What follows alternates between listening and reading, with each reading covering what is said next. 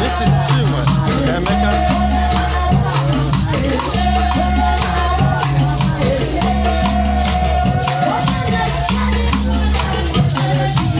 Very Majesty, request a bit to take the floor. Right?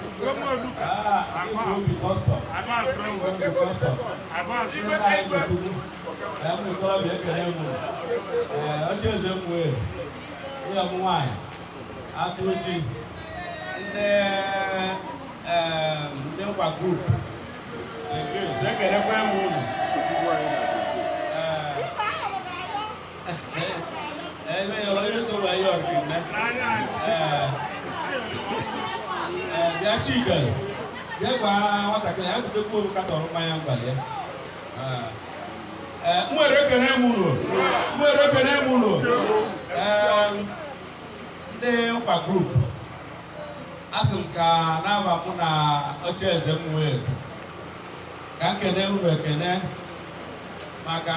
ngozi unu mbetere na be m na ugwu unu kwanyere m maka na ngozi bụ unu wee bịa ebe a.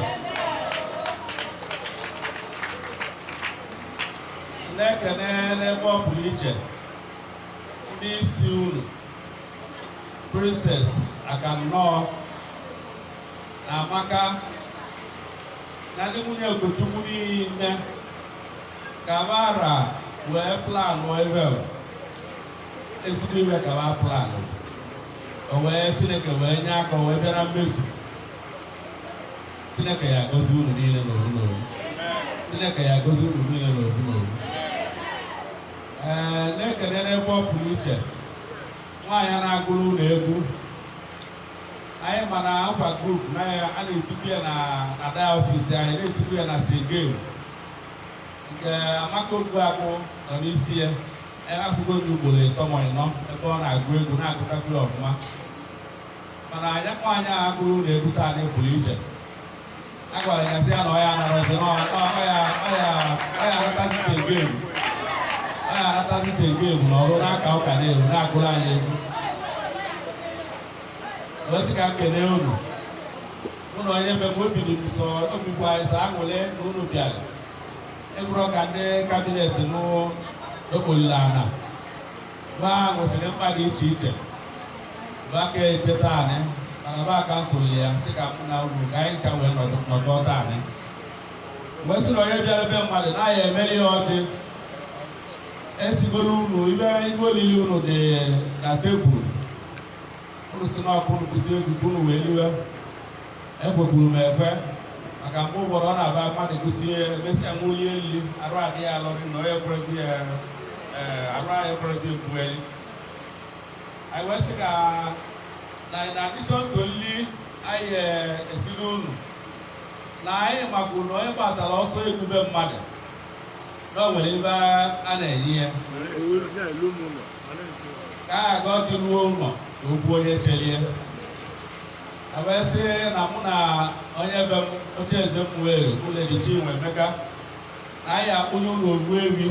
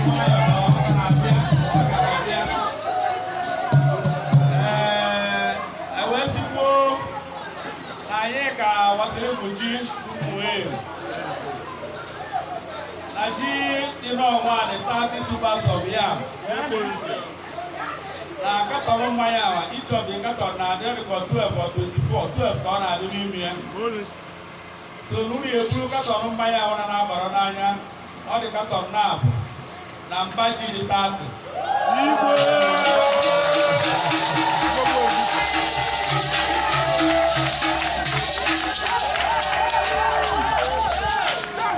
princess Akanọ